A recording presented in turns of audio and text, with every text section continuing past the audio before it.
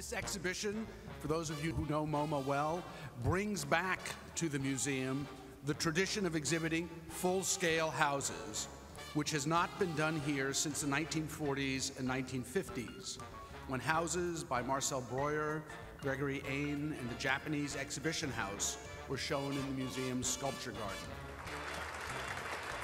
One day, my phone rang and it was one of the curators from the Museum of Modern Art, and they said, "We hear that you all have a Lustron house."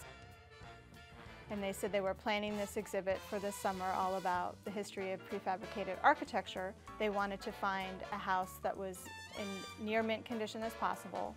They wanted a whole building. They wanted the Westchester model, and they needed one that could be easily transported to New York for the exhibit. And as luck would have it, we fit each one of those categories.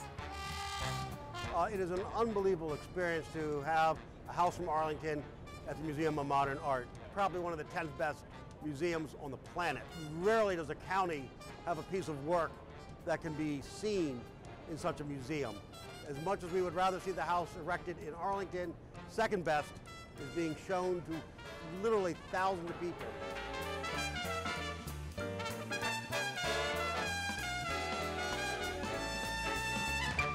Home Delivery is a two-part exhibition. It's one part building project and one part historical survey of the history of the prefabricated house.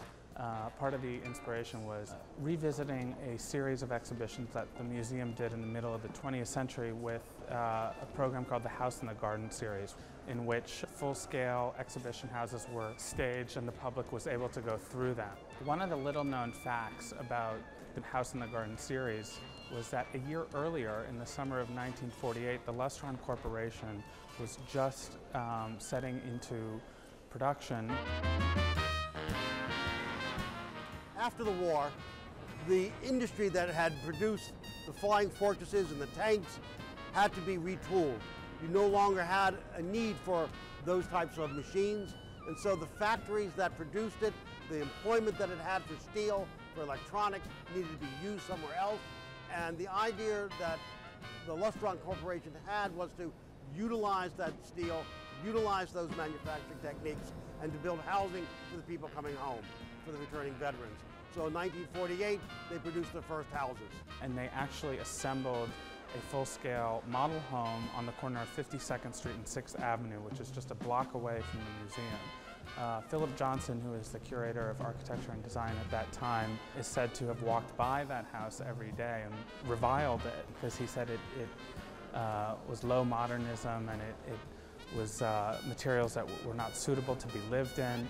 They were more suitable for gas stations and roadside restaurants.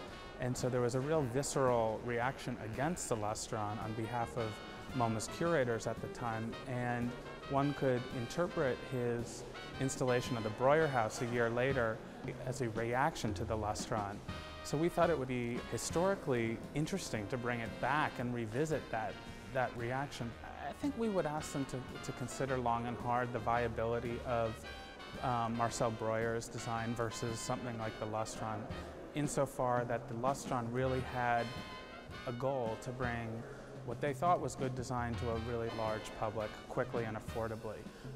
Breuer's house was designed as a one-off and was more a fantasy object for the masses to imagine what it would be like to live in a sort of lush suburban setting with a large modernist house. I got on the phone with the County Preservation Board one day and said, you know, we're looking for a Lustron to install at MoMA. And they were absolutely thrilled. And this was a few weeks before a number of Lustrons were slated to be raised at the Quantico Naval Base right near Arlington. So there was already a sense of urgency about bringing attention to the Lustrons as a sort of emblem of mid-century prefabrication. And I think it says a lot about Arlington County's preservation ethic, that it thought the building important enough to disassemble and save rather than seeing it go to the landfill. I think it says a lot about Arlington County's willingness to share it with the viewing public, that it has an art aspect to it. And I think that when we get it back home, there'll be another debate as to where we can put it up and have it reused as part of the fabric of Arlington County.